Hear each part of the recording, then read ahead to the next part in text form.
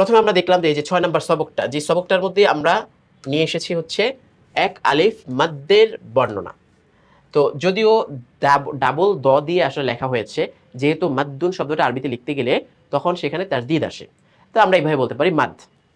তো এই মাদ শাব্দিক অর্থ কি? শাব্দিক অর্থ হচ্ছে টেনে পড়া।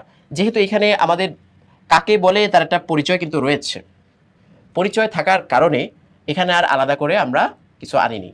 তো যদি শাব্দিক অর্থ বলি যে মাদ শাব্দিক অর্থ, শাব্দিক অর্থ হচ্ছে টেনে পড়া।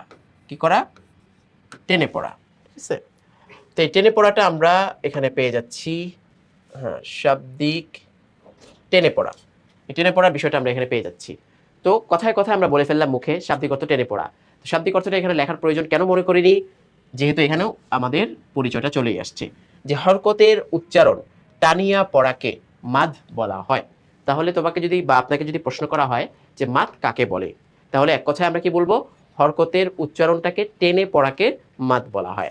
এখন হরকতের উচ্চারণ টানিয়া পড়া যে মাদ বলা হয়, এটা অনেকে বলবে যে এখন তো স্পষ্ট হয়নি, বুঝতেছি না। তাহলে বুঝবো কোথায়? আমরা যখন মূলত জায়গায় চলে যাব, উদাহরণ দিয়ে বুঝাবো, তখন স্পষ্ট হয়ে যাবে ইনশাআল্লাহ। এই মাদগুলোকে প্রায় 10টা ভাগে ভাগ করা যেতে পারে। তো এর মধ্যে থেকে একটা মানে একালিফ টান, যেটা একালিফ টানে 3টা অংশ রয়েছে। এখানে বলাও হলো যে একালিফ মাদ 3 প্রকার। 1 নাম্বার মাদ্দে তাবাই, 2 নাম্বার মাদ্দে বাদাল, 3 নাম্বার হচ্ছে মাদ্দে লিন। 3টা মাদ কিন্তু আমরা এখান থেকে পাবো। মাদের হরফ 3টি। এখন সব কিছু পৃথিবীর যত টান রয়েছে আরবি শব্দের মধ্যে, প্রত্যেকটা সব টানের মূল অংশ হচ্ছে মাদ্দে তাবাই।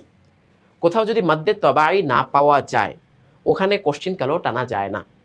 তো মাদের এই মাদ্দে তাবাইকে বুঝতে গেলে মাদের 3টা হরফকে চিনতে হয়। তো ওই 3টা হরফ সব জায়গায় থাকবে।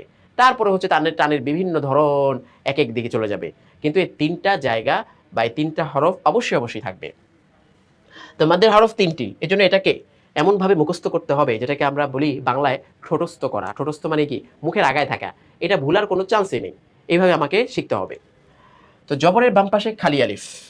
আচ্ছা, আলিফ যদিও খালি আলিফ সব জায়গায় লেখা হয়, আসলে আলিফ সবসময় খালিই থাকে। যদি সেখানে জবর জের পেশ আলিফে চলে আসে, তো এই আলিফ তো আর আলিফই থাকে না, সে কি হয়ে যায়? হামজা হয়ে যায়।